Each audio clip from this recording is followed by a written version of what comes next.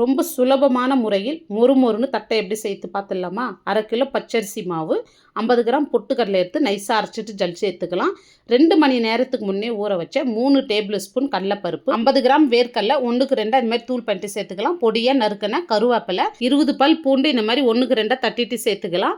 இது கூடவே காரத்துக்கு தகுந்த மாதிரி 2 table spoon chilli powder, 1/2 spoon பெருங்காயம், மாவுக்கு தேவையான அளவு உப்பு சேர்த்துட்டு நல்லா மிக்ஸ் பண்ணி விட்டுக்கலாம். 3 டேபிள் ஸ்பூன் சூடான ஆயில் சேர்த்துட்டு நல்லா மிக்ஸ் பண்ணிக்கலாம். ஆயில் சேர்த்து தான் தண்ணி சேர்க்கக்கூடாது. இந்த மாதிரி ஆயில் சேர்த்து நல்லா மிக்ஸ் பண்ணிட்ட பிறகு கொஞ்சம் கொஞ்சமாக தண்ணி சேர்த்து சப்பாத்தி மாவு பதத்துக்கு பிசைந்து எடுத்துக்கலாம். இப்போ தேவையான சைஸில் உருண்டை பிடிச்சு எடுத்துக்கலாம்.